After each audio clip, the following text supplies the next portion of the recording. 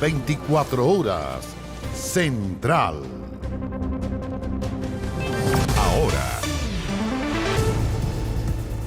Muy buenas noches, bienvenidos, bienvenidas a las noticias. Comenzamos con la información de este momento. La Corte Suprema acogió el desafuero de la diputada María Luisa Cordero. Claro, de esta forma la parlamentaria independiente e integrante de la bancada de RN tendrá que responder en tribunales a la querella por injurias con publicidad que interpuso la senadora Fabiola Campillay. Kevin Felgueras con los detalles. Kevin, ¿qué tal? Buenas noches.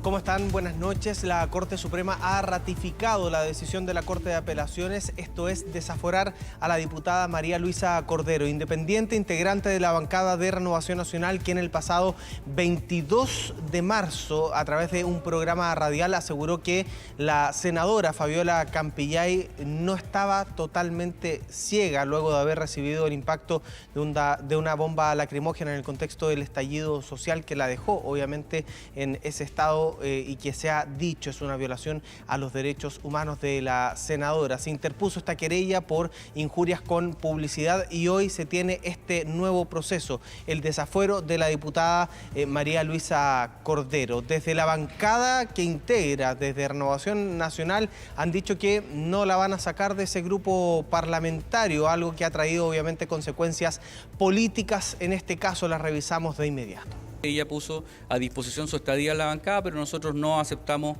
que ella abandonara la bancada por el aporte que significa a Renovación Nacional. El fallo de la Corte Suprema es absolutamente excesivo para una simple ofensa, porque no se puede desaforar a un diputado. La justicia hizo lo que Renovación Nacional no hizo.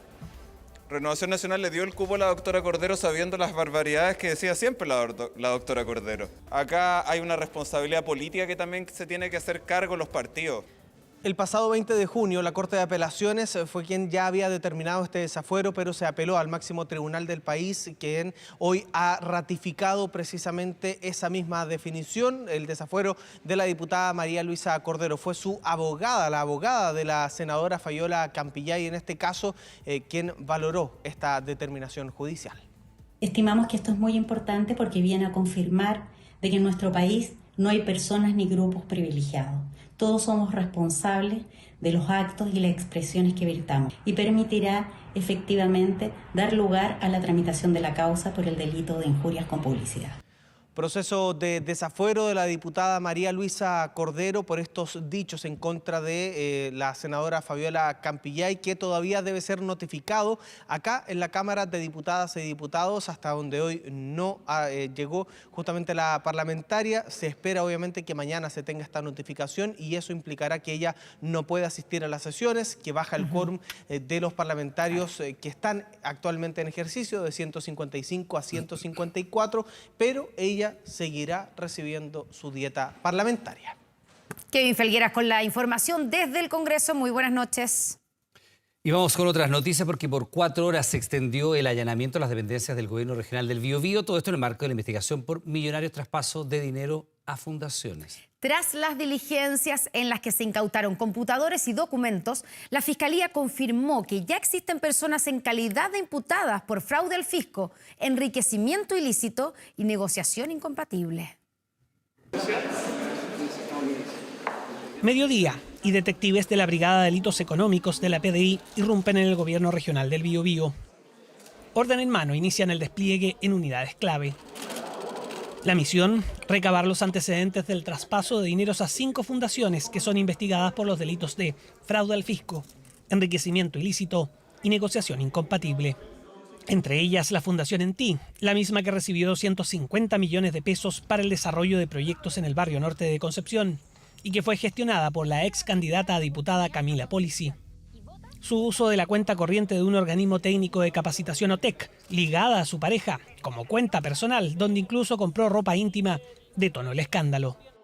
Una de las 32 fundaciones investigadas a lo largo del país.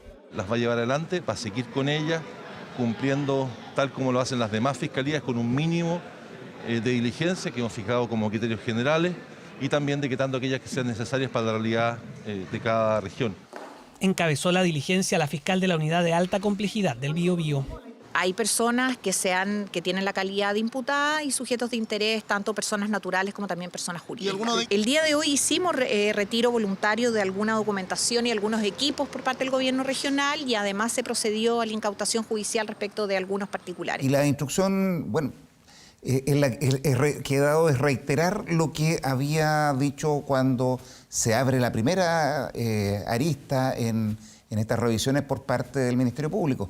Colaboración plena. Una diligencia que llega justo al día de la salida de 3 altos funcionarios del gobierno regional del Biobío. El administrador regional Rodrigo Martínez, segundo después del mismo gobernador. Su jefe de gabinete, Rodrigo Alarcón. Y el jefe de la División de Desarrollo Social, Simón Acuña. Básicamente por responsabilidad política. Aquí ha habido una persona que ha intentado defraudar al gobierno regional obteniendo recursos de manera ilícita para financiar su vida particular. Decisión esperada por el mundo político la semana pasada. A esta altura, apuntan a más. Nosotros consideramos que acá sigue habiendo y ha habido sistemáticamente abandono de deberes de parte del gobernador Rodrigo Díaz Werner. Existe, por cierto, la opción de que el gobernador dé un paso al costado, que renuncie en forma voluntaria, pero también existen las opciones de acusación constitucional o acusarlo de abandono de deberes. Lo que yo espero es que los consejeros y consejeras regionales hagan uso de sus atribuciones y presenten la causa al Tribunal Electoral Regional por notable abandono de deberes, a lo menos. Dije aquí mismo que eso era una picantería y creo que me quedé corto. No solo es una picantería, creo que también lo que ha habido es una asociación ilícita. Una causa donde incluso hubo una denuncia por amenazas de muerte por parte de Camila Polici. Una denuncia respaldada más tarde por la filtración de un audio de una reunión privada con el ahora ex seremi de gobierno del Biobío, Eduardo Vivanco. Y estamos hablando de 50.000 millones. ¿Cuánto te cobra un colombiano? Pero estos son 250 millones. Claro, 50.000 millones es lo que se les destaca. Sí, pues. No son nada 250 que te pasaron a ti, pues. No, pues. No, pues. ¿Y cuánto cuesta un colombiano? Bueno, una metáfora desafortunada, le vuelvo a decir, pude no haber ocupado esa metáfora, otra distinta para decir que se lo tome en serio y entregue los antecedentes. Lo que ratifica eso es que yo nunca la he amenazado. Presentó una querella por el delito de captación y difusión de conversaciones privadas por medios electrónicos. La integridad física de mi representado se ha visto vulnerada en virtud de que alguien ha pretendido de que este audio se filtre de forma tendenciosa. Lo cierto es que luego de la difusión del audio, el foco pasó de la compra de lencería con dineros públicos a las amenazas de muerte. Claramente hay personas que quedando como víctimas creen que pueden zafar de un delito y yo creo que eso es lo que a mí me parece que ocurrió en esta grabación y en estas declaraciones. Causas paralelas de 5 fundaciones investigadas por el Ministerio Público en la región del Biobío. Las amenazas de muerte que dice haber recibido Camila Polici, por la cual fue interrogada la semana pasada y cuya salida de la Fiscalía quedó en la memoria de la opinión pública. ¡Mírame la cara! ¡Te aprovechaste de una fundación vulnerable! Y ahora la querella por difusión de conversaciones privadas. Un caso que en el Biobío ya tiene a funcionarios que pagaron el costo político del escándalo. Bueno, y hablando de fundaciones y de gobiernos regionales, el fiscal nacional confirmó la existencia de una orden de detención pendiente. Se trata del representante legal de la polémica corporación Kimun en la región de Los Lagos. En esa zona continúan los cuestionamientos a la gobernación liderada por Patricio Vallespín, que hace pocos minutos anunció la salida de importantes funcionarios de su repartición. Hay una orden de detención pendiente. Orden confirmada en contra de otra figura vinculada al escándalo en la única región que ya cuenta con un detenido por los delitos de fraude al fisco, lavado de activos y estafa. A Diego Ancalao, quien está en prisión preventiva, se podría sumar el representante legal de la Fundación Kimun en Los Lagos, Jaime Huincahue Milipil, indagado por eventuales irregularidades y cuyo paradero se desconoce. Él tenía la facultad y la potestad que nosotros les entregamos para mover, transferir, qué sé yo, girar, cobrar plata institucionales. Y con esa potestad habría vendido a bajo precio las instituciones educacionales administradas por la corporación a la fundación liderada por el cuestionado ex aspirante a la moneda Diego Ancalao.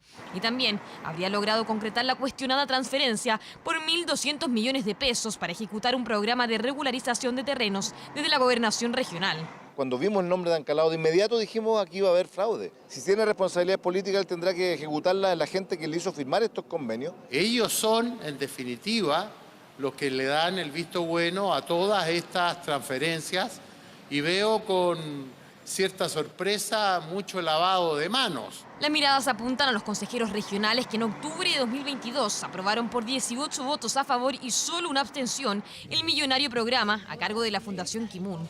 Por eso, la investigación también abarca al gobierno regional. Desde un inicio se actuó en base a la legalidad y en la buena fe desde el Consejo Regional aprobando los recursos, pero también hemos hecho críticas. ¿Y cómo llegaron estas fundaciones a trabajar en saneamiento de títulos? Que es donde no tenían experiencia y donde las recomienda el gobernador regional y les recomienda los jefes de división y les recomiendan todo su equipo profesional. Cuestionamientos a la figura de Patricio Vallespín, que sumó un nuevo antecedente luego de conocerse una comunicación con el fiscal Marcelo Sabucetti, quien fue suspendido supuestamente por datearlo para enfrentar la investigación penal. Durante la tarde, Patricio Vallespín informó importantes cambios en su equipo y removió al encargado de presupuesto, al de fomento productivo y a quien dirigía la unidad jurídica.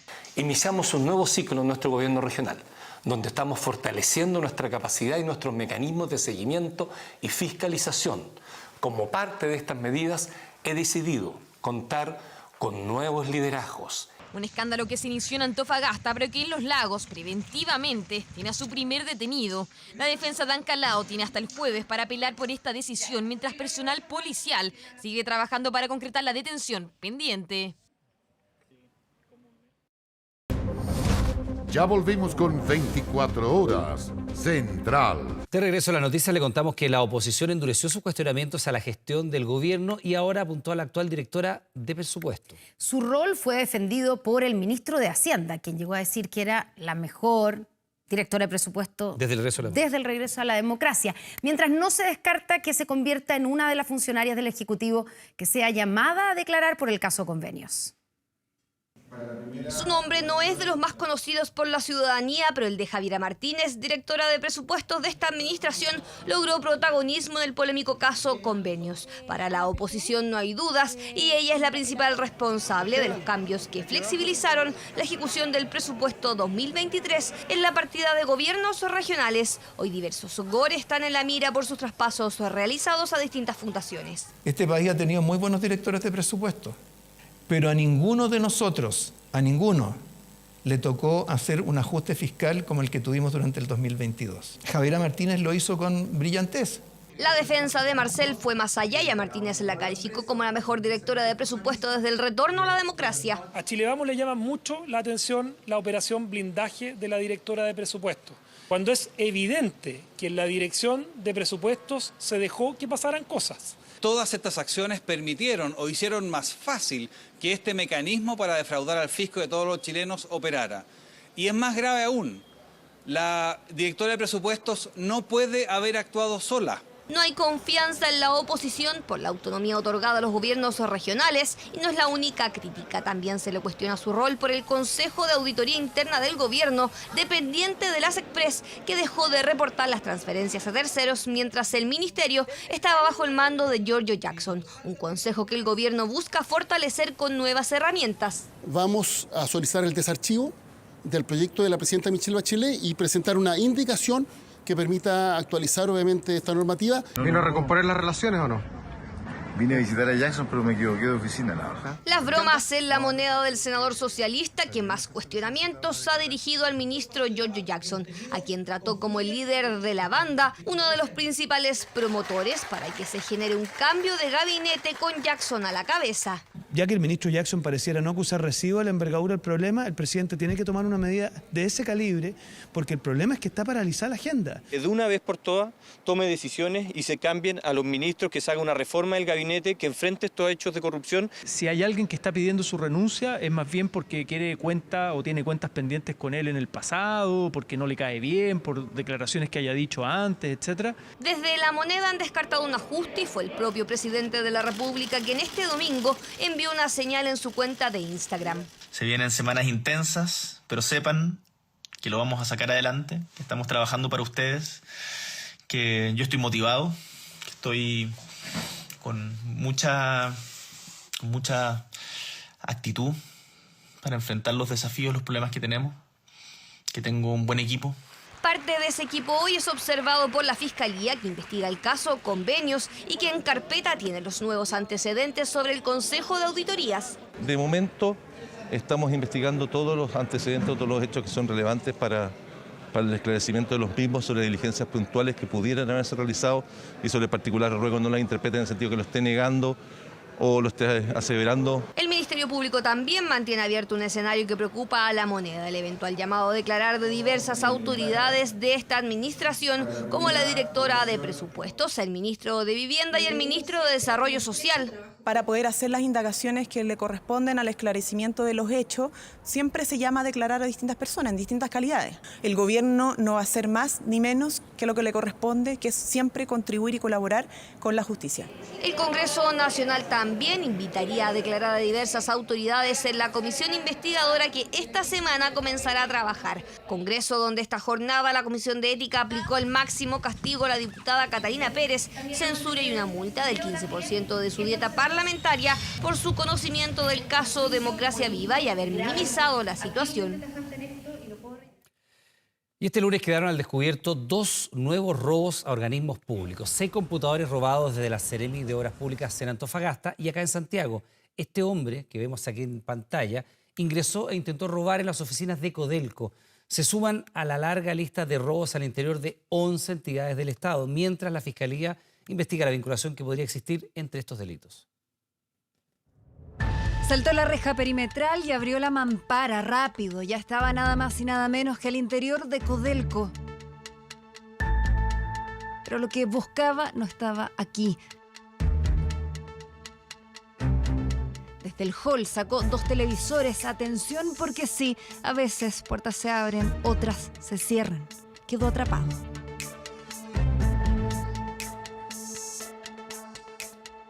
Los trata de sustraer por la misma vía que ingresó, no logrando su cometido, ¿no es cierto?, quedando en el mismo lugar. Desesperado, quebró el vidrio, amenazó al guardia con un cuchillo, ya era demasiado tarde. Y es auxiliado por el otro guardia y en definitiva logra la reducción y en esta reducción resulta lesionado el imputado con una lesión en la zona del pie. Esta vez fueron 2 televisores, pero pudo ser más, incluso otros equipos. Ahí lo llamativo, otra vez, alguien ingresa indebidamente a oficinas de organismos públicos a llevarse algo. Un poco de cronología para dimensionar. El robo de más de 20 computadores y una caja fuerte en el Ministerio de Desarrollo Social encendió las alertas, pero esto partió antes. El 7 de julio con un intento de robo de computadores en el Ministerio de Bienes Nacionales, porque esa vez los protocolos de seguridad funcionaron. No así en el Ministerio de Transportes. El 10 de julio 2 computadores robados y el 15 de ese mes 2 más en Mejor Niñez.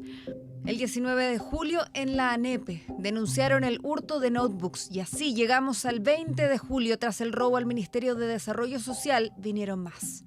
El lunes siguiente 2 computadores robados en la Subsecretaría del Ministerio de las Culturas. El martes 25 2 más en la Dirección de Educación Municipal en Coronel. Al día siguiente la Seremi de la Mujer en la Araucanía denunció el robo de 2 tablets y un celular. 2 computadores más desaparecieron en la Corporación de Asistencia Judicial de la Cisterna y otros 2 en San Ramón. Curioso, a lo menos preocupante, ¿para qué decir? Y si bien los robos son delitos comunes, no es común que hayan ocurrido tantos robos de notebooks, de computadores en ministerios y autoridades del Ejecutivo. Sobre todo en un periodo tan breve en el cual se están investigando casos tan sensibles como los de las fundaciones. Comienzo de semana, otro robo más. La Dirección de Vialidad de la Seremi de Obras Públicas en Antofagasta amaneció así.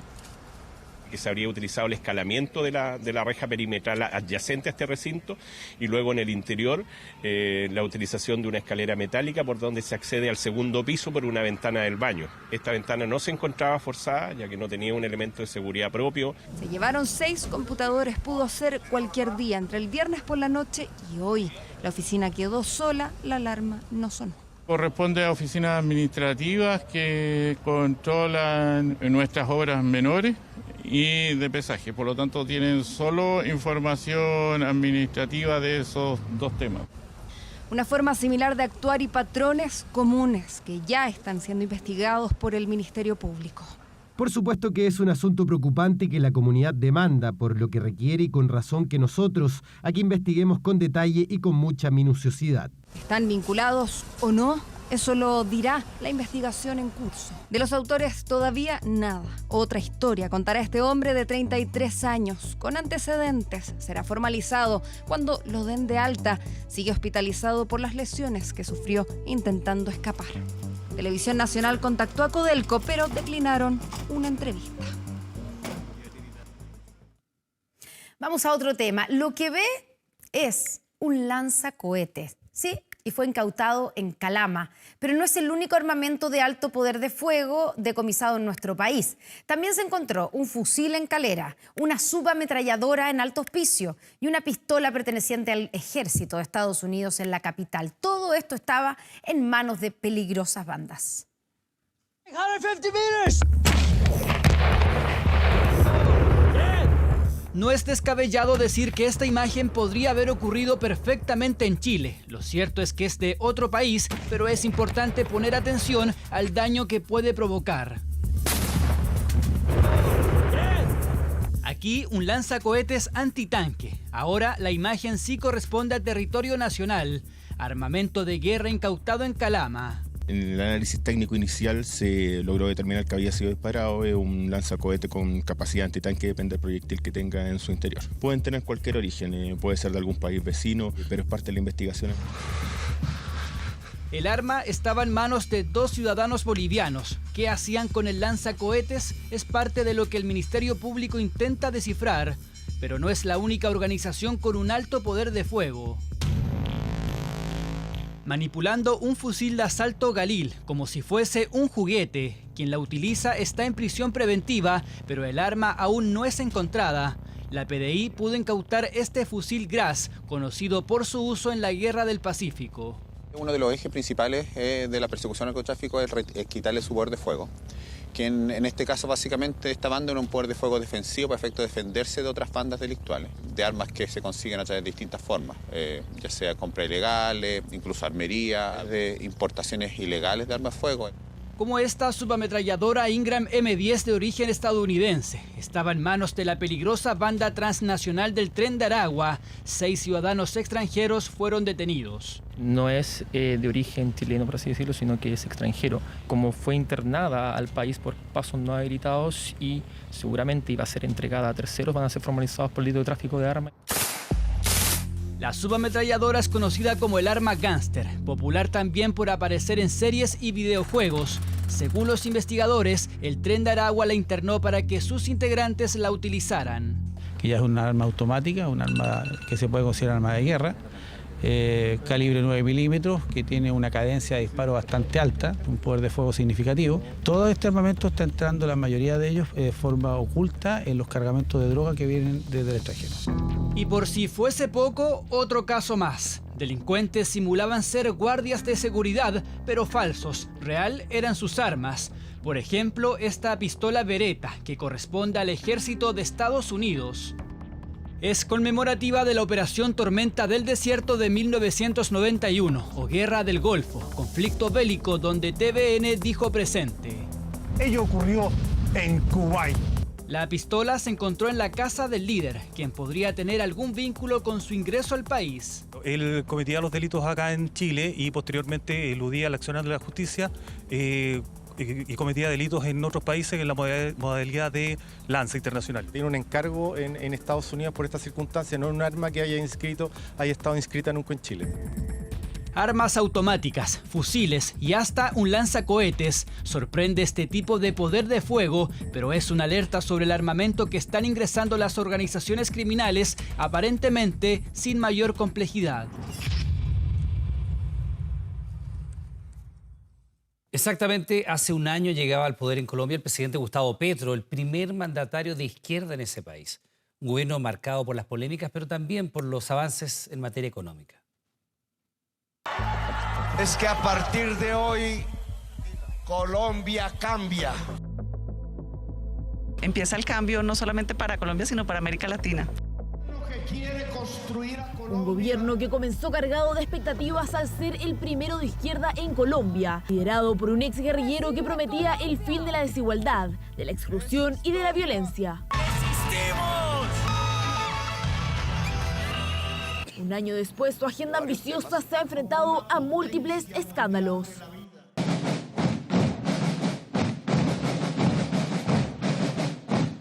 Hoy Colombia ocupa una posición de vanguardia a nivel internacional. No es el vagón de atrás, no es el pueblo olvidado, no son los 100 años de soledad. El gobierno de izquierda del presidente Petro y la vicepresidenta Francia Márquez muestra señales positivas en el ámbito económico, pero también un complejo escenario político. Es así como en tan solo 12 meses cambió a 12 de sus 19 ministros y removió a medio centenar de generales del ejército y al director de la policía.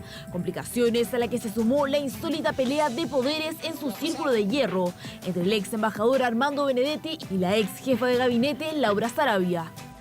Sin embargo, el momento más tormentoso de su administración lo vive ahora, frente al escándalo de corrupción protagonizado por su hijo Nicolás Petro. El presidente de la República jamás ha solicitado a ninguno de sus hijos e hijas el delito, ni para ganar, ni para financiar campañas. Tras la confesión de su hijo, quien admitió la entrada de dineros del narcotráfico durante la campaña en la costa atlántica, el presidente Petro enfrenta el reto de defender la legitimidad de su elección y de impedir que el escándalo termine paralizando su agenda de gobierno en los próximos 3 años.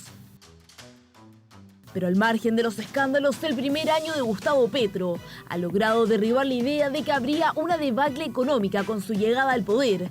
De hecho, logró sacar adelante la reforma tributaria más alta de las últimas décadas y el desempleo se redujo a un solo dígito. Se decía que nos íbamos a convertir seguramente en un país socialista, que iban a quitarle los recursos a los más ricos, que, mejor dicho, hoy lo que se ve es que se ha logrado reducir hacia un dígito el desempleo, algo que no se veía hace años en Colombia. Vemos que la inversión extranjera directa ha tenido una modificación sobre las fuentes de la inversión.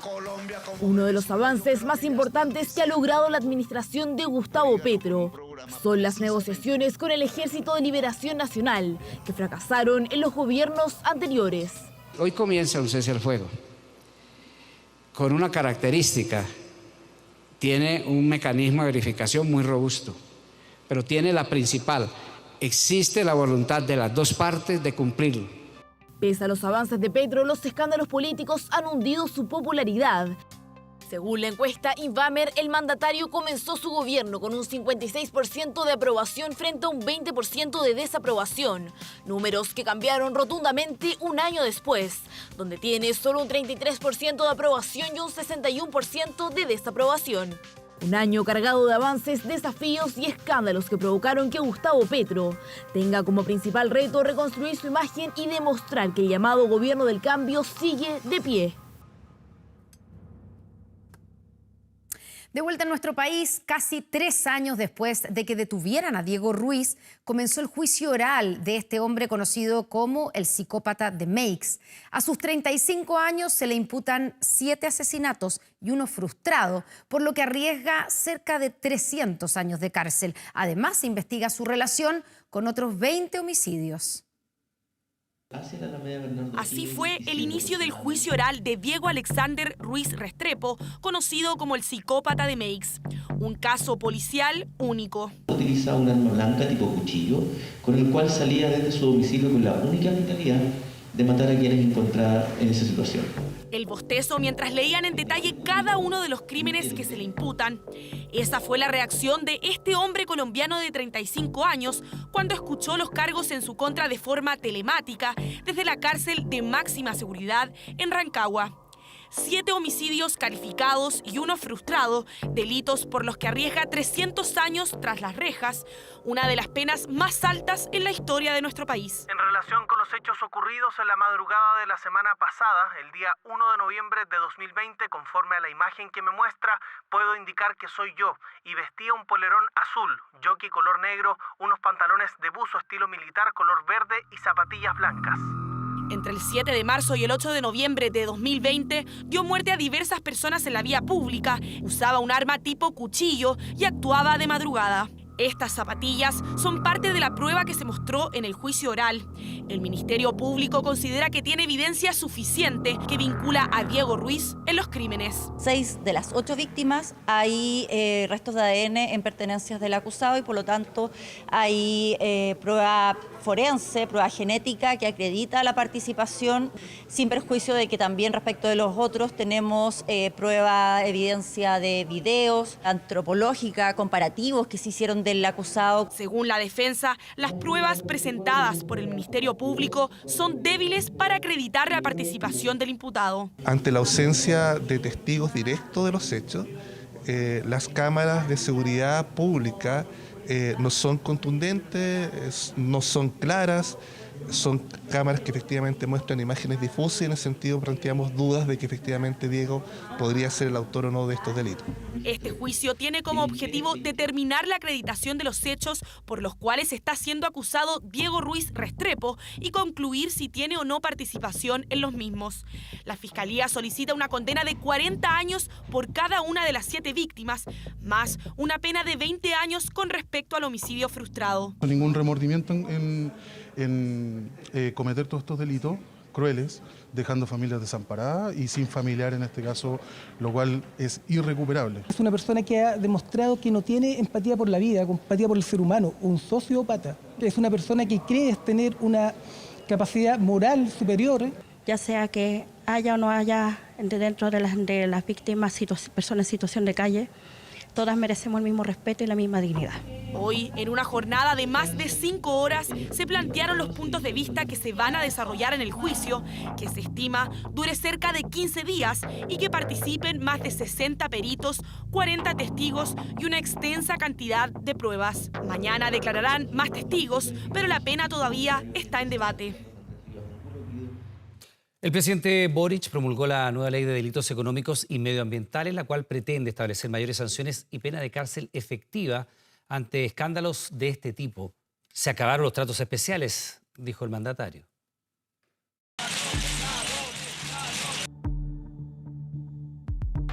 Importante la clase de ética. Son casos emblemáticos con un denominador común, porque si bien en los escándalos de venta o de la colusión de las farmacias hubo condenas y multas, sus involucrados terminaron asistiendo a clases de ética. Eso es lo que busca cambiar con la nueva ley de delitos económicos promulgada por el presidente Boric. Por muchos años la ciudadanía ha visto con impotencia cómo los que son llamados delitos de cuello y corbata suelen recibir castigos menores que otros delitos, aun cuando involucran grandes sumas de dinero. Que hay una percepción en la ciudadanía de que a veces parecieran existir dos justicias, una justicia para ricos y una justicia para pobres. Normativa que surgió de un grupo transversal de diputados y que busca garantizar que las colusiones, delitos tributarios o repactaciones unilaterales puedan tener mayores sanciones y, por qué no, cárcel efectiva. Pero ¿qué califica como delito económico? Se definen 4 categorías: los que atentan contra el mercado de valores, delitos tributarios y contra el medio ambiente, aquellos que involucran a funcionarios del Estado y, por último, el lavado de activos. Mi padre me había enseñado que había nacido en un país donde lamentablemente muchas veces robar una gallina era más grave que defraudar un banco. ¿No os parece, como Ministerio Público, que esta reforma contribuye a contar a que tengamos en Chile una ley penal que trate de forma más equitativa, más justa a todas las chilenas y chilenos? Una normativa que no estuvo exenta de polémica. Los empresarios de la CPC ingresaron un téngase presente al Tribunal Constitucional buscando cambiar aspectos de la ley. No hay igualdad ante la ley porque el castigo no tendría que ver con el hecho, sino que con el cargo que se ocupa y el lugar donde trabaja. Moción que finalmente no prosperó al no ser acogida por el Tribunal Constitucional. Tanto el líder de la CPC como la presidenta de la SOFOFA no asistieron a la promulgación de la Ley de Delitos Económicos y la única representante empresarial fue la líder de la Cámara de Comercio de Santiago. Confiamos en que esta ley sobre delitos económicos contribuya a la sanción efectiva de conductas que la sociedad entera rechaza y que rechazamos, y que eleve y mejore el estándar con el cual se dirigen y administran las empresas. es que aquellas personas que sean condenadas por delitos económicos quedarán inhabilitadas para ejercer cargos públicos y gerenciales y para suscribir contratos con el Estado. Un cambio fundamental es que cuando el delito tenga una pena de cárcel es mucho más probable que deba cumplirse efectivamente con privación de libertad. Nueva ley que pretende poner mano dura a los delitos de cuello y corbata y que busca combatir la sensación de impunidad que han dejado diversos escándalos económicos. Lo asesinó y posteriormente lo descuartizó. Esos son parte de los escabrosos detalles del crimen que conmociona hoy a España, luego que el hijo de un reconocido actor asesinara a un cirujano colombiano durante unas vacaciones en Tailandia. Con esposas y fuertemente vigilado por la policía tailandesa, el español de 29 años, Daniel Sancho, hijo del reconocido actor Rodolfo Sancho, recorrió 7 lugares de la isla de Koh Phangan con el fin de reconstruir el asesinato y descuartizamiento del cirujano colombiano de 44 años, Edwin Arrieta. Ambos llegaron a este lugar para ir a una fiesta, pero por razones que aún se investigan, todo terminó con el descubrimiento de los restos del colombiano en un vertedero local. Pese que fue el español quien dio aviso de su desaparición, quedó detenido como el principal sospechoso del homicidio. Daniel trató de encubrir el crimen mintiendo sobre dónde se hospedaba. Reservó 2 veces su alojamiento y lo tenía todo planeado, ya que antes compró artículos como cuchillos, bolsas de basura y productos de limpieza. Así fue que las autoridades locales rechazaron la tesis del español de que el médico colombiano se había golpeado con una bañera tras una discusión, lo que le provocó la muerte. Las cámaras de seguridad han sido claves para reconstruir los últimos momentos que vivieron los dos. La prensa tailandesa difundió el video donde aparece Daniel Sancho comprando los cuchillos que se presume ocupó en el desmembramiento de su víctima. También cuando ambos paseaban en moto por la isla de Koh Phangan. Aparentemente, el conocido chef habría utilizado un kayak para transportar restos de Edwin Arrieta al mar y otras partes fueron depositadas en el vertedero donde se descubrió el crimen. Soy culpable, pero yo era el rehén de Edwin. Me tenía como rehén. Era una jaula de cristal, pero era una jaula. Me hizo destruir la relación con mi novia. Me ha obligado a hacer cosas que nunca hubiera hecho. Fue parte de la declaración del joven español a la policía en la que confesó el asesinato de Arrieta. Aún no queda claro el vínculo que ambos mantenían. Según la familia del cirujano colombiano, tenían una relación de hace un año, además de que fue el médico quien pagó todo en el viaje e incluso le había abierto un restaurante a Sancho en España donde se dedica a ser chef. Bienvenidos a un nuevo vídeo en el canal, un pedazo de vídeo que tengo hoy. ¿Por qué? Porque vamos a hacer el primer pescado de este canal. Su padre, el reconocido actor Rodolfo Sancho, viajó a Tailandia para estar con su hijo, quien actualmente se encuentra en prisión preventiva a la espera de un juicio que aún no tiene fecha determinada. El artista pidió respeto con la investigación a través de un comunicado. Pedimos encarecidamente que respetéis esta situación. Por el momento no podemos hacer declaraciones de ningún tipo. Las manifestaciones que pueda estar haciendo Daniel son bajo una situación de presión emocional, difícil de controlar. Por favor, solicitamos que no se especule más sobre lo ocurrido. Este lunes trascendió que se habrían encontrado nuevos restos del médico Edwin Arrieta, mientras que la justicia tailandesa rechazó la petición de la defensa de Daniel Sancho de libertad vigilada. Las autoridades de este país siguen reconstruyendo este crimen, donde el ciudadano español arriesga una condena que va desde los 15 años y podría llegar a la pena capital. Y acá en nuestro país, las imágenes que estamos viendo corresponden a la detención del cantante urbano Juliano Sosa. Esto luego de evadir un control policial y atropellar a un carabinero. Todo esto mientras grababa un video con decenas de fanáticos a su alrededor. Vamos a hacer cochinaje cuando te busquen la nave. Dale, ponte exótica, puti, pa' que te grabe. Y si fueron las ganas, no sé, pero yo ya quiero verte otra vez. Quizás el nombre de César Pozo Martínez no le suena, pero él es el artista detrás de estas canciones. Apodado como Juliano Sosa, con letras explícitas, ostentando lujos y con ritmos pegajosos, ha logrado convertirse en uno de los reconocidos exponentes del género urbano en el país. Cuando te busquen la nave, dale, ponte exótica, puti, pa' que te grabe.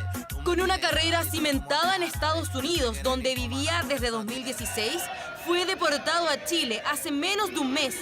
Así lo recibían sus fans en territorio nacional.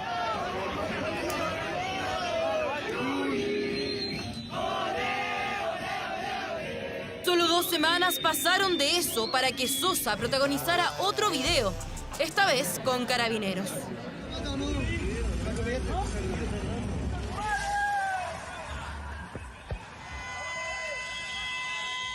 Esta semana, todos los que tengan moto, cuatrimotos, motocross, cualquier moto, vamos a juntarnos en Puente, vamos a ir desde Puente. Todo Vicuña, no nos va a pararnos nadie. Así, a través de redes sociales, el cantante urbano hacía un llamado a sus seguidores a participar en la grabación de un nuevo videoclip. Avenida Concha y Toro, frente al Metro Protectora de la Infancia, fue el escenario elegido. Se llenó de motos y de gente, deben haber habido fácil unas 100 personas acá. Pues ya un centenar de motos, pero como te digo, bonito, súper entretenido, yo me entretuve caleta ahí. Poco duró esa entretención, ya que la estrella del evento sería fiscalizada en la cuadrimoto que conducía, sin casco ni patente.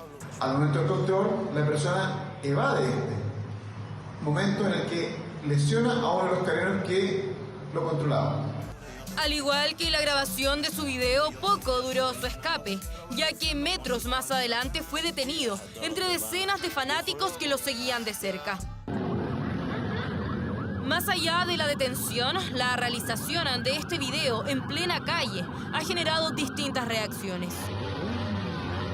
Agrupar tanta gente, tanto ruido, tanto sonido, no tienen conciencia. Bueno, si no hacen un mal a nadie, está bien.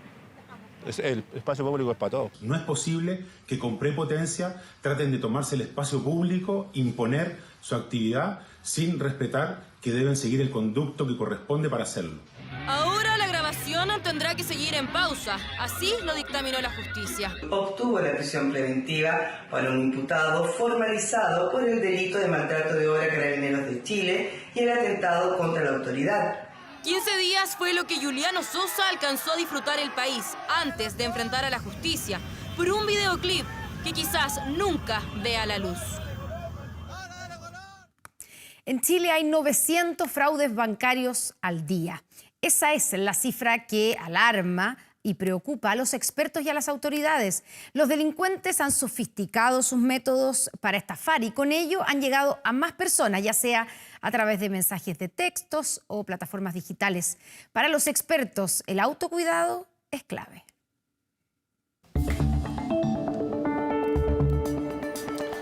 Algunos nos llaman por teléfono. Llaman al día 3, 4, 5 veces con números que uno no sabe de dónde son. Unos llenan de mensajes de textos. Harto, pero uno lo ignoro porque sé que es una estafa, más que nada por el link. Y como si fuera poco, hasta en el mail nos invaden. Los formatos son variados, pero el objetivo es solo uno: estafar. Hay más ciberdelincuentes tratando de sacar provecho de esto. Se está produciendo un incremento importante de los casos de fraude asociados a cuentas bancarias y estamos viendo que esto está ocurriendo con mucha frecuencia. Y las cifras también lo reflejan. Según datos de la Asociación del Retail Financiero, en Chile en promedio hubo 884 fraudes bancarios al día en el 2022 por un monto de más de 121.000 millones de pesos, un incremento de un 35% en relación al año anterior. Una actividad que ha ido creciendo con nuevas modalidades, como por ejemplo los mensajes de texto. Dominique está de visita en Chile y activó un chip mientras dure su estadía. No pasó una hora y ya estaba recibiendo mensajes sospechosos. Como no vivo aquí, tengo un chip nuevo, entonces que me lleguen ese tipo de mensajes me parece raro porque nadie tiene ese número mío. Y me han llegado como 4 mensajes de estafas, de métete a este link, y yo me fijo que en verdad el número de donde me llega son números de teléfono particulares. Esta modalidad, junto a los correos electrónicos, son las más usadas por los delincuentes, mecanismos a los que se debe estar alerta, ya que según señalan los expertos, apelan a la llamada ingeniería social, es decir, la persuasión. Que lo que pretenden es que tú como víctima consigas dar un clic o entres alguna información. Evidentemente el que está haciendo el ataque genera el interés en ti y te mueve a que tú aportes el dato que te está pidiendo, y eso es parte de cómo se construye finalmente el ataque. Por lo mismo, es importante seguir las siguientes recomendaciones. No confiar ni en los mensajes de texto ni en los correos electrónicos que están pidiendo algo. Si un correo o un mensaje te da un dato, te dice, por ejemplo, tu paquete no pudo ser entregado porque falta la dirección, que te mueva a ti a hacer algo, no confíes. O sea, ese no es el camino por el cual una empresa de manera oficial va a contactarte. Chao, fraude. El clásico cuento del tío sigue siendo una de las principales estrategias. Leopoldo, por ejemplo, nos cuenta que una vez estuvo muy cerca de caer, ya que la persona al teléfono manejaba mucha información de él. Tienen un montón de información que yo creo que ni Compla ¿Ah? Es muy potente, porque entre la tercera edad y los despistados como yo hacen una población bastante feble al fraude, claro. Y claro, uno de los principales objetivos es convencer al que está detrás del teléfono. Utilizan los nombres de instituciones reales, instituciones que son reguladoras, para que tenga cierta credibilidad el llamado, o un discurso que sea bastante creíble, para que la gente pueda caer y de esa forma entregar sus claves. O un código muchas veces también, para poder lo que se llama realizar un secuestro de WhatsApp. Pero las instituciones insisten y señalan que nunca pedirán claves ni datos personales por teléfono, mail o mensajes de textos. Te recomendamos revisar periódicamente sus saldos, los movimientos en sus cuentas bancarias y en caso de detectar movimientos o transacciones anómalas, transmitirlas directamente a su ejecutivo o a través de las plataformas que los bancos disponen para estos efectos. Llamado al autocuidado que podría acotar la preocupante cifra de fraudes bancarios, que por ahora se dispara con clonaciones que también se realizan en cajeros automáticos o medios de pago. Con aplausos, así como lo estamos percibiendo, y además un emotivo homenaje. Así fue despedido el destacado actor nacional Luis Alarcón, quien participó en más de 45 películas, algunas de ellas inolvidables, 40 teleseries, 90 horas de teatro, un artista que traspasó generaciones y que dejó un importante e inolvidable legado en nuestro país. Esta no es la despedida. Pasó su última noche sobre las tablas del Teatro Oriente, donde fue despedido por su familia y sus colegas actores. Un último adiós con música chilena y cientos de aplausos. Un aplauso que reviente por el gran Lucho Alarcón.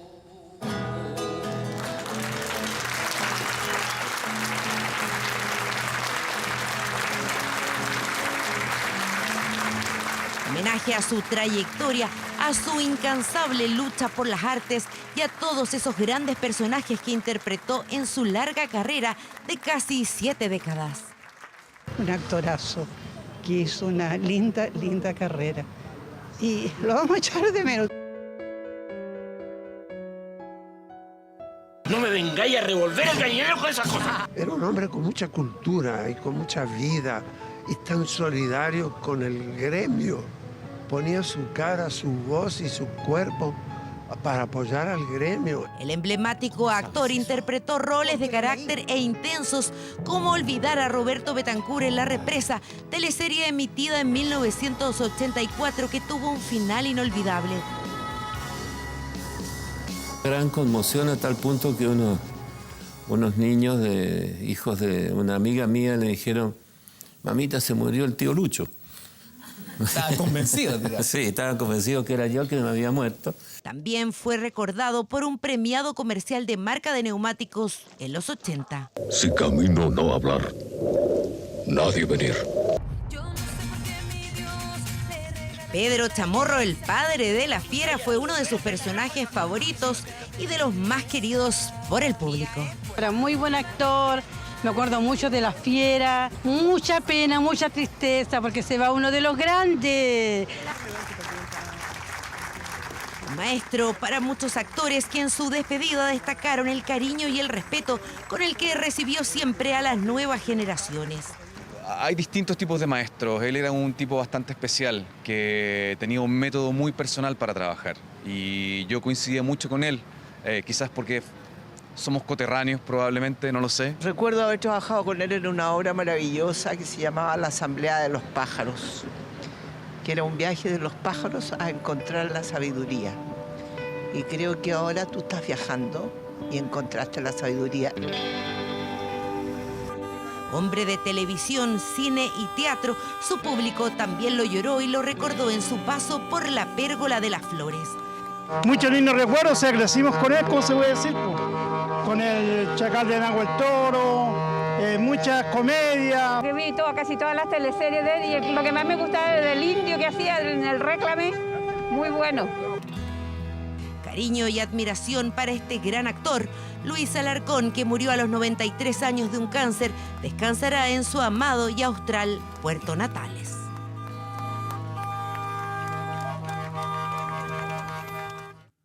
Como dijeron muchos hoy día, se fue un grande, una figura fundamental del teatro, del cine en nuestro país y de la televisión, por supuesto. Así es que nuestro saludo, nuestro abrazo también, nuestras condolencias a la familia del gran Luis Alarcón.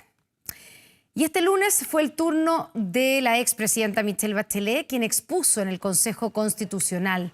La exmandataria en la instancia aseguró que si el texto final se parece al anteproyecto redactado por los expertos, ella votaría a favor. La expresidenta expuso por cerca de 20 minutos en donde aplaudió el trabajo de la comisión experta y destacó la importancia que deben tener los derechos sexuales y reproductivos en un texto constitucional, aludiendo a las enmiendas de la oposición, que a su juicio podrían generar un retroceso en los derechos de las mujeres e incluso abrir la puerta a derogar el aborto en 3 causales.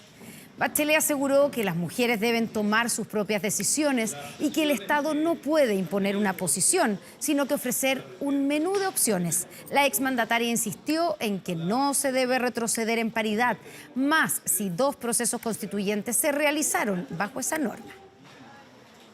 Y hay gente que ya sin conocer siquiera lo que va a salir dice que van a votar en contra, ¿no es verdad?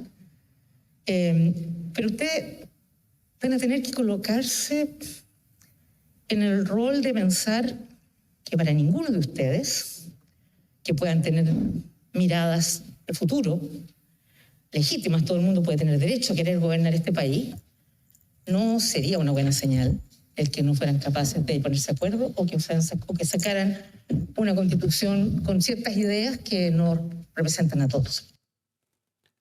Faltan un par de minutos para que sean las 22 horas. Aprovechamos de recordarle que a partir de estos momentos, Televisión Nacional de Chile está autorizada para transmitir programas para mayores de 18 años. Es un fraude que remeció a la institución de Carabineros, donde habrían más de 500 funcionarios afectados. Se trata de Knightsbridge, una estafa piramidal que hoy tiene a 2 extenientes de la institución investigados como supuestos líderes de esta organización. Sí, claro, el equipo de Informe 24 habló exclusiva con el único imputado que quedó en prisión preventiva por este caso, la versión de Sergio Toro, en el reportaje de Jordan Jopia y Joaquín Lade.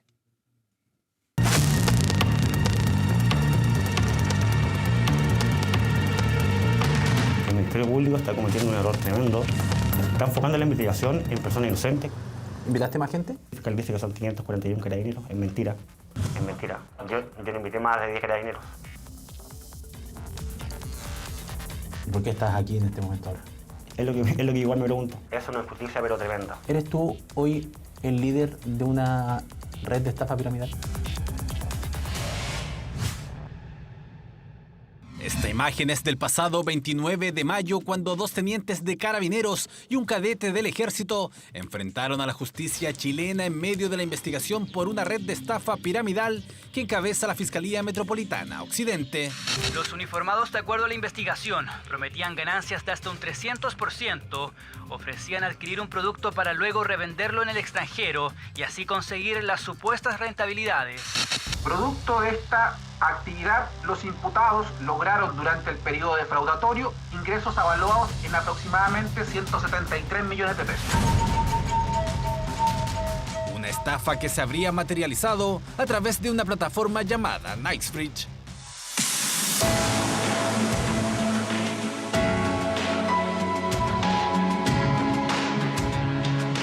Aplicación creada por los propios imputados, indica Fiscalía, a quienes señala como los cabecillas de una estafa que habría afectado a más de 650 personas, la mayor parte de ellos funcionarios de Carabineros. Hemos llegado hasta la cárcel de la subcomisaría de Pudahuel, donde actualmente se encuentra Sergio Toro, el único imputado en prisión preventiva por la estafa de Knightbridge, quien por primera vez se atreve a dar su testimonio. Buenas tardes. Buenas tardes. Hola, Sergio. Hola, ¿cómo estás? ¿Qué tal? ¿Cómo estás? Gracias. Gracias por recibirnos. De manera exclusiva, el exteniente Sergio Toro Sepúlveda conversa con Informe 24, busca defenderse de todos los cargos que se le imputan en esta causa, que involucra a un centenar de carabineros. ¿Por qué accediste a dar esta entrevista? Para mostrar a la luz pública hechos que no han salido en audiencia y mucho menos en prensa. Quiero partir diciendo en que el Ministerio Público está cometiendo un error tremendo. Está enfocando la investigación en personas inocentes, completamente inocentes, que no tenemos nada que ver con la comisión del ilícito, con la génesis del delito, que es quién creó la plataforma, quién hizo la página web, por ejemplo, o quién creó la aplicación en Play Store.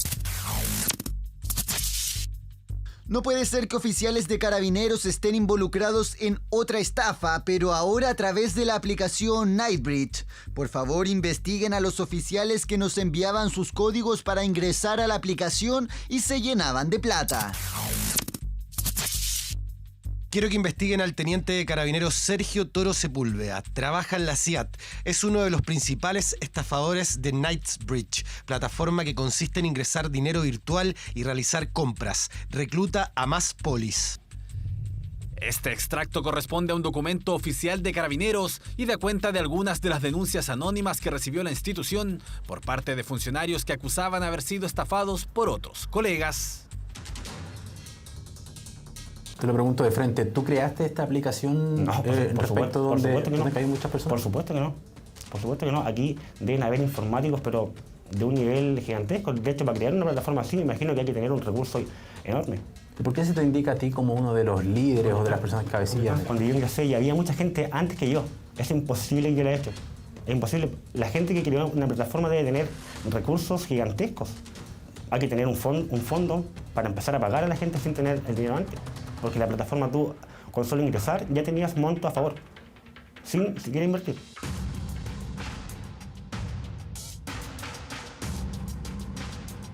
Sergio asegura que recibió una invitación por WhatsApp, donde un asistente comercial lo invitó a participar de Knightsbridge. Y tanto la plataforma como la gente que atendía por WhatsApp presentaban un sinfín de documentos legales que son propios del Estado, del gobierno, como escritura en el conservador de bienes raíces. Certificados notariales. Mostraban además una patente que se podía verificar en el gobierno de Singapur y efectivamente Knightsbridge era una empresa de inversiones. ¿Eso te dio confianza? Por supuesto, y estaba inscrito acá en Chile también, el año 2018 y después, extrañamente, lo volvieron a inscribir el año 2021 en abril. Entonces en realidad eran muchas aristas que daba a pensar que era real.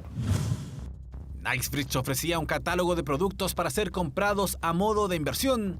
La promesa era que estos artículos supuestamente adquiridos a través de la página web serían revendidos en otros países y las ganancias íntegramente devueltas a los inversionistas. Acá, por ejemplo, se vendía un maletín cuyo valor era 5.250.000 pesos. La ganancia esperada era de 630.000 pesos y el ciclo de venta de este producto era de 3 días, de manera tal que, en palabras sencillas, en 3 días podía obtener 630.000 pesos.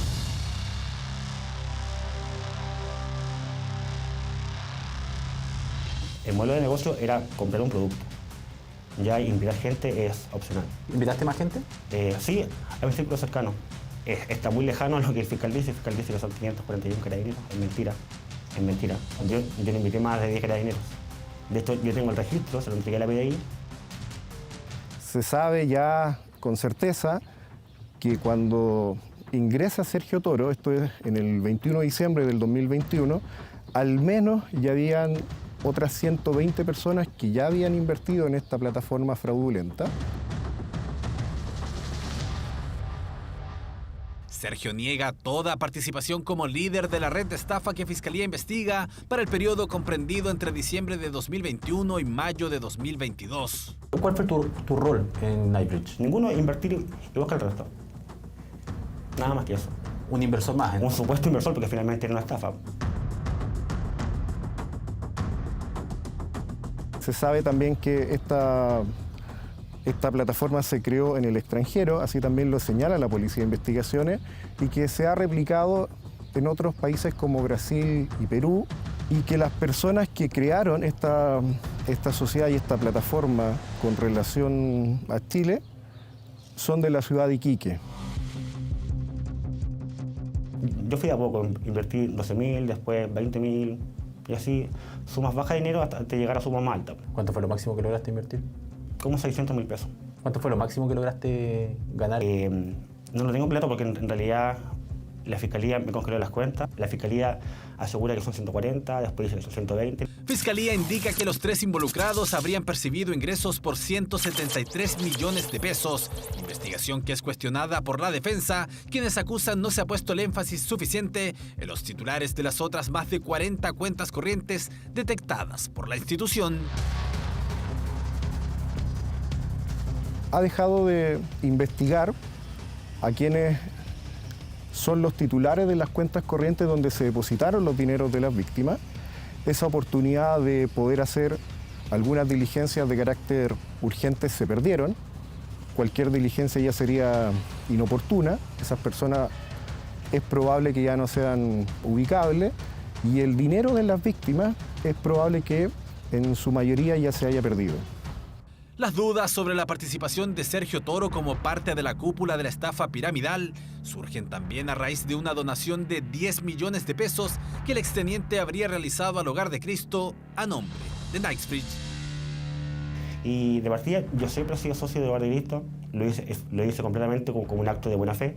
¿Y no te pareció sospechoso que la donación pasara por tu cuenta primero y no directamente desde la empresa al...? Para nada, porque como te dije, ya había gente que había donado antes, habían documentos legales que mostraban que la empresa estaba inscrita en Chile, sociedad. Entonces, si yo veo que hay papeles notariales, hay escritura, hay donación antes, ¿no tenía motivo por desconfiar? Es raro en el fondo que si alguien va a hacer una donación, esa plata pase primero por un intermediario y no directamente desde la empresa. ¿A ti no te causó sospecha en el fondo? No me causó sospecha. A Sergio Toro se le ve en algunas de las fiestas organizadas por Knightsbridge. Dice que lo invitaron, pero asegura no tener participación alguna en la constitución de esta supuesta empresa. Sus dardos los apunta contra el fiscal. El día que me tomaron detenido, él me hace un comentario un poco homofóbico. Porque me hace una pregunta similar a la que tú me hiciste. ¿Por qué crees que tú? Y me dijo, ¿esto te podría estar pasando por ser gay en Carabineros? ¿Tú sientes que tu orientación sexual pesa hoy día en este caso? O sea, él me lo hizo entender que sí, porque él así me lo expuso. Solicitamos entrevista en cámara con el fiscal a cargo de esta causa, pero desde Fiscalía declinaron participar de este reportaje. Sergio Toro no entiende el porqué de su prisión preventiva si con fecha 16 de diciembre de 2022 su propia institución emitió esta resolución exenta 301, donde tanto a él como al entonces teniente Ninosca Cisternas indican: no les asiste responsabilidad administrativa porque fueron víctimas de las maquinaciones fraudulentas presentadas por Knightsbridge. Posteriormente, la institución nos da la espalda, básicamente. El 2 de junio, en declaraciones a EMOL, el general de Carabineros Ricardo Yáñez indica que son delincuentes con uniforme y exige cuidar la institución. Decide llanamente retirarnos de la institución. El equipo de Informe 24 solicitó entrevista en cámara con Carabineros, quienes a través de un correo electrónico señalaron: al existir una investigación judicial en curso, no nos referiremos a los detalles de la misma. En cuanto a la resolución exenta 301, le podemos informar que fue una de las primeras diligencias efectuadas por la institución, la cual se generó en base a los antecedentes preliminares que se manejaban sobre la denuncia realizada. No obstante, y a medida que se fue integrando nueva información paralela del caso, se determinó la eliminación de las filas de los ahora exfuncionarios. La institución también indicó que en este momento se encuentra en pleno desarrollo una investigación interna paralela a la judicial que dirige Fiscalía. Han pasado 6 días desde que entrevistamos a Sergio Toro, único imputado en prisión preventiva por el caso Knightsbridge, quien hoy dejará este centro de reclusión. La medida fue dictada por la Corte de Apelaciones de San Miguel, la que el pasado 3 de agosto determinó levantar la prisión preventiva a la hora exteniente. Fueron 2 meses completamente difíciles porque estuve 2 meses preso siendo inocente. Es la versión de Sergio Toro Sepúlveda, un ex carabinero que a sus 30 años dice ser víctima y se declara inocente de los cargos que se le imputan por estafa reiterada, lavado de activos y porte ilegal de armas. Al perjudicarme a mí, igual dañaron a una institución gigante. Nos metieron a todos como que fuéramos delincuentes porque el fiscal, como te dije, pensaba que yo había creado el software, que yo había creado la aplicación y todo eso. Pero como te dije, eran suposiciones falsas y espero que la PDI esté a la altura y pueda dar con el paradero de estas personas. 180 días durará la investigación por la estafa piramidal de Knightsbridge, donde 3 exfuncionarios de las Fuerzas Armadas figuran hasta ahora como únicos imputados. Todos ellos deberán permanecer con arraigo nacional y arresto domiciliario total hasta que la justicia dictamine o no lo contrario. Ya cambiamos de tema. Barbie, vamos a hablar de Barbie. Rompe récords, cambia paradigmas, influye a algunas personas y es que se convirtió en la primera película dirigida por una mujer que supera los $1.000 millones en recaudación. Yo vengo de ver Barbie, Sí, por sí, eso eso. estoy vestida así, por eso me miraste. Bueno, lo que hizo Barbie, la verdad, es que en solo 17 días ya está cerca de igualar o hasta sobrepasar a Super Mario, que es la película más taquilla del 2023. Una hazaña. ¿Te crees tan lista? ¡Hazlo, Me parecerá raro hablar de Barbie con estas imágenes. Wingardium Leviosa. Pero es que el Wingardium Leviosa, el famoso encantamiento levitatorio de Harry Potter, parece haber salido demasiado bien con Barbie, porque la elevó por sobre el logro de la propia saga de Potter hace 12 años con las Reliquias de la Muerte, que alcanzó los $1.000 millones en 19 días. Esta vez, Barbie superó esa barrera en solo 17 jornadas. Y no solamente lo logra en tiempo récord. Se esperaba, las proyecciones de la industria del cine era que esto lo lograra al mes y medio, y lo logró en casi 2 semanas. A pesar de la irrupción de Megalodón 2, que le arrebató el número 1 mundial en taquilla, Barbie continúa en lo más alto en Estados Unidos, un mercado que ciertamente marca tendencia en este tipo de filmografía. Y en el mundo entero sumó $127 millones solo en este fin de semana, con lo que alcanza hasta ahora los $1.031 millones. Si supera los 1.345, le arrebataría a la película de Super Mario Bros. El cetro de la más taquillera de 2023. Ha tenido también un muy buen boca a boca. Perfectamente podría superar a Super Mario Bros. en taquilla. Podría Barbie llegar a ese sitial, y no solo por la exitosa marca de la muñeca, sino también por el celebrado libreto y ejecución del film. Fue el no decir, oh, todo está genial, y Barbie es genial y siempre ha sido genial. Fue de algún modo encontrarla en medio del caos. Señala Greta Gerwig, quien con esta cinta se ha transformado también en la primera mujer directora que consigue poner una película en ese Olimpo del éxito donde están las que superan los $1.000 millones. Es solamente una de las 5 o 6 mujeres que han sido nominadas a Mejor Directora en 70 años de historia del Oscar. O sea, realmente son muy pocas y ha ganado solo una ese premio. Muchas veces las directoras en el pasado, si se hacían conocidas, eran películas como más asociadas con el género masculino. Entonces es interesante que una directora pueda contar una historia femenina con una protagonista femenina y que aborde temáticas femeninas de la sociedad actual y que esté teniendo tan buen resultado. Un éxito arrollador que de pasada también colaboró con la aplaudida Oppenheimer de Christopher Nolan, que estrenada el mismo día que Barbie, comparte una suerte de hermandad con ella, que le ha hecho superar rápidamente a estrenos como Indiana Jones o Misión Imposible, títulos que también van atrás de las portentosas cifras de Barbie.